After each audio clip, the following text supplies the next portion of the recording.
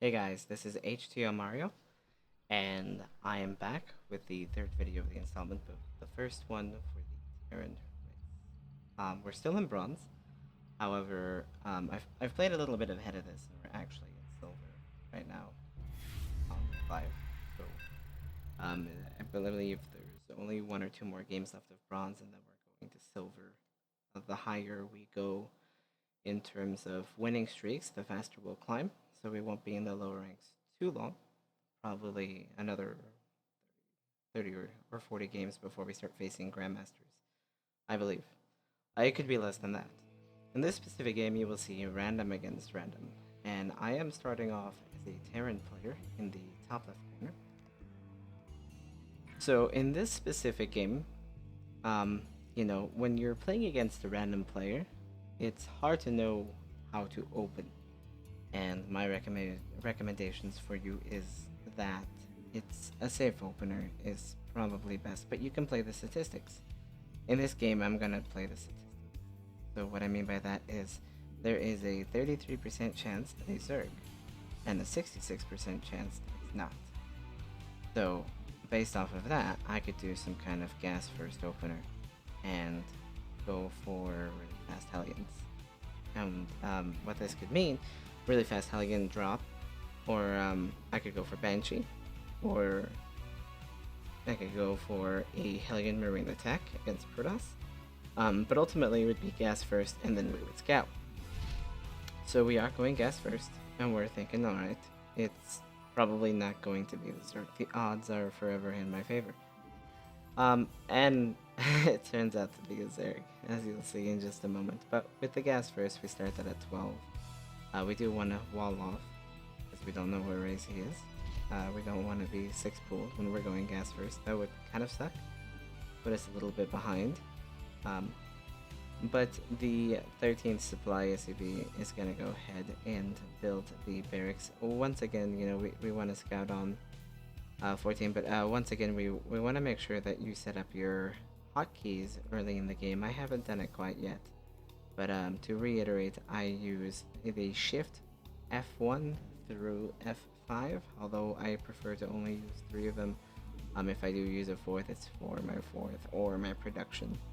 Since I've had a long run with Brood War, probably since about 1999, 1998, if I recall correctly. It was a long time ago, but I've been playing for definitely probably about 15, 16 years, more than that.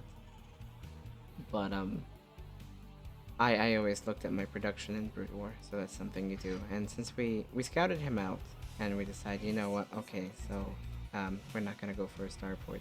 He's a Zerg player, he's on 1 base, he's getting Zerglings. Maybe what's best for us here is if we go for some fast Hellions. And these are faster Hellions than you normally would have them, since it is a gas first, and he left our SCV alone, which leads me to believe that he's coming for an attack. So we're gonna go ahead and see if he has an expansion.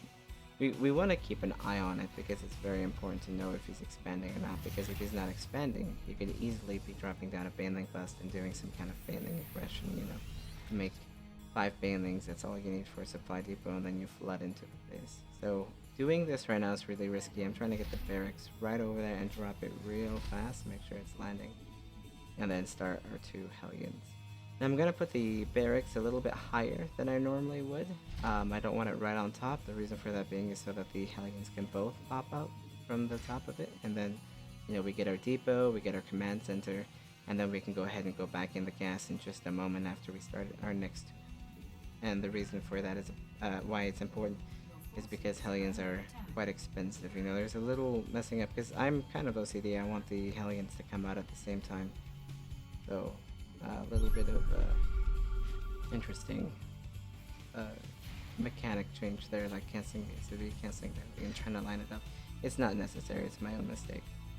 Making another supply depot, so now I need to kind of get back into the gas. We have a lot of Hellions, and we're gonna get another gas geyser, so we can go into a starport, maybe a Banshee, so a Hellion Banshee, and oh, there he is. So we're gonna, we're trying to squeeze into a little hole to make it harder for him kill everything. It's not going quite as well as we wanted, but we definitely held a Zergling attack. There were no Banelings.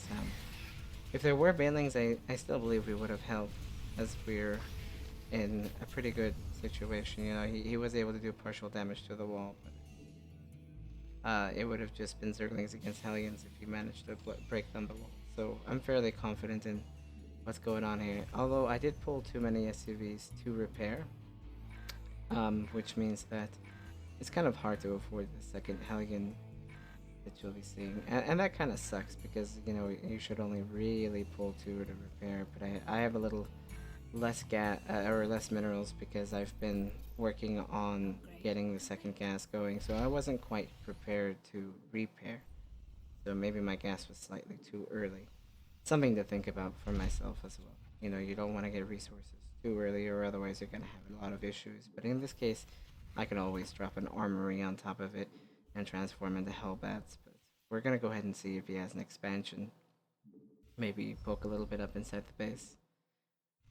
And there's not too much here. It's getting a spine crawler, a queen. We probably want to kill the queen. If this is only production, it will really hinder him. I could also go for the drones, and we're going to, but killing the queen is kind of massive. I mean, I'm not saying killing the drones isn't massive, but if you have no larva, what are you gonna do? So I knew that we had time. Whatever was in the eggs probably was gonna take a bit longer, and probably wouldn't kill my Hellions right away. So now we're target firing the drones. We don't want the drones to survive. We could also target fire the larva, but we do want the drones to die. Okay, so now he's got less larvae and you know not a lot of stuff for his or not a lot of stuff mining at all. There's nothing. There will be in a second because as we're about to find out, he has a lot of minerals, so he's able to make quite a few more drones, but that'll deplete his larva. So while we're doing good, we're gonna grab a third gas because we are going into mech and then a third command center. So the third command center, makes it a lot easier to get a lot of gas because we'll have the minerals to support it. So in a second, we'll have to get like 4 factories and maybe an armory, and then we'll definitely be in a good situation. So I hope you guys enjoyed this game, and I'm gonna let you go and watch the rest of it. Thank you.